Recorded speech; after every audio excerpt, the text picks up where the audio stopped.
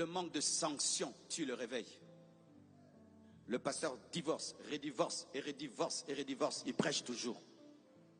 Qu'est-ce qu'il va dire aux fidèles qui a divorcé? Divorçons. Et nous irons au ciel. Le pasteur tombe dans l'impudicité. On sait vraiment qu'il est tombé dans l'impudicité. Dimanche, il prêche aux gens. Répandez-vous, car le royaume des cieux est proche. Hé, courage, hein? Tu es courageux. Pour prêcher, il faut être un modèle. Si ma vie n'est pas exemplaire, je n'ai pas le droit de me tenir devant vous. C'est ce que la Bible dit. Un prédicateur, un enseignant de la parole doit être exemplaire. Il ne doit pas seulement avoir l'onction, il ne doit pas seulement bien prêcher, il doit vivre dans la pureté, dans la discipline. Et s'il n'a pas de discipline, il doit être suspendu. Suspendu. Le manque de suspension dans l'église tue le réveil. Paul, l'enseignant de la grâce, il apprend que dans l'église de Corinthe, il y avait un jeune garçon qui sortait avec la femme de son père. Et dit, je suis étonné que vous encouragez une telle chose. Absent de corps, mais présent en esprit. J'ai jugé. Et il a dit que cet enfant-là soit livré à Satan. À Satan. Pour que son corps soit détruit et que son âme soit sauvée. Paul. Maintenant, nous, quand tu es suspendu, tu quittes l'église, tu vas dans une autre église. Tu es venu ici à la compassion, pourquoi? On t'a suspendu ailleurs, tu es venu ici. Hein? Nous te suspendons aussi.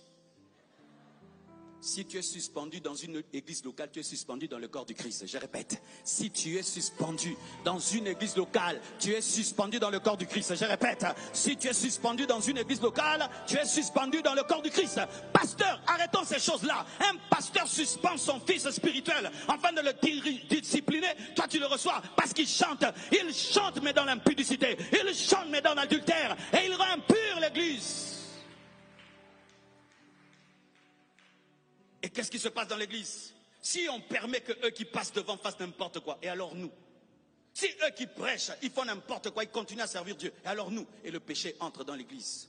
Chaque fois qu'il y a un scandale dans l'église, et il n'y a pas de suspension, la tolérance entre dans l'église. C'est pourquoi il faut avoir même l'autosuspension. L'autosuspension, oui. Tu commets une erreur. Avant même qu'on te suspende, tu dis, je m'assieds. Je m'assieds. Je ne peux plus prêcher. Que quelqu'un d'autre continue. Je refuse que ma vie devienne une distraction pour les gens. Et quand tu t'assieds, alors là, tu as rempli la crainte dans l'église. Arrêtez d'aimer vos postes plus que Dieu.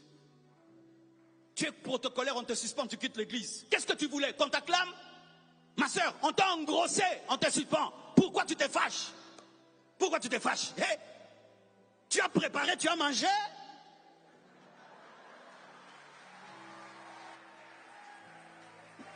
Mais tu as mangé? Et puis, pourquoi on te suspend? Tu veux quoi? Qu'on te laisse chanter avec une grossesse? Et que chaque fois que tu chantes, on te dise qui est le papa? Qui est le papa? Qui est le papa? Qui est le papa? Qui est le papa? Des choses que vous voulez qu'on tolère à l'église. Vous voulez quoi? Qu'on fasse des boîtes de nuit appelées Jésus? Moi je ne comprends pas. Tu commets le mal, on te fait asseoir. Tu es fâché contre les gens. Les gens t'ont poussé à faire ça. C'est toi-même qui as fait ça. Accepte les conséquences et tais-toi. Tu as commencé à parler dans l'église. Il manque l'amour. Et toi tu avais l'amour quand tu as fait ça. Toi aussi tu nous as blessés. Nous aussi nous sommes blessés par ton péché. Oh, il manque l'amour, il manque l'amour, il manque. Et toi, quand tu péchais là, tu ne pensais pas à nous, que tu allais nous scandaliser. Ça aussi, c'est l'amour. Des gens qui pêchent et puis qui culpabilisent toute l'église. Mais tu es courageux. Quel courage tu as? On te suspend. Tu commences à venir à l'église fâché. Regarde-moi ce gars. Regarde-moi ce gars. Tu es fâché de quoi? Regarde-moi. Qu'on change la doctrine pour toi seul. Fâche-toi comme tu veux, quitte l'église comme tu veux, on ne va pas changer. Oui, quitte. Si tu quittes, tu quittes. Quelqu'un te remplacera l'autre dimanche. D'ailleurs, 20 personnes. On reçoit combien de nouveaux le dimanche? Un parti, 50 remplacés à l'instant. Tous ceux qui partent sont remplacés chaque dimanche.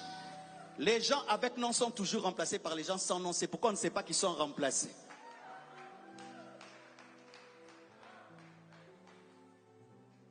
Tu n'as jamais compris ça?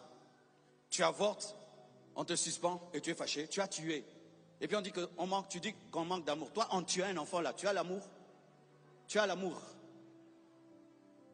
Qui que tu sois, tu peux être suspendu. Moi, le premier, oui. Le pasteur aussi peut être suspendu.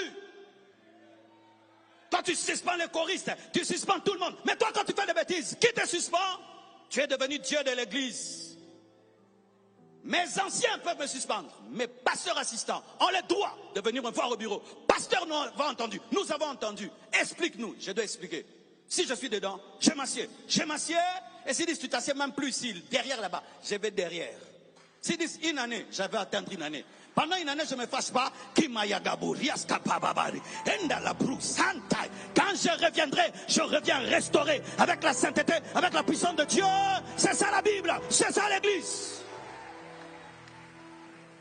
Lorsque des gens qui ne peuvent plus diriger continuent à diriger, ça tue le réveil. Lorsque les gens qui ne peuvent plus monter devant continuent à monter devant, ça tue le réveil. Chaque fois que tu commets des péchés secrets, même si on ne t'a pas vu, suspends-toi, refuse. J'étais un frère à l'église très respecté.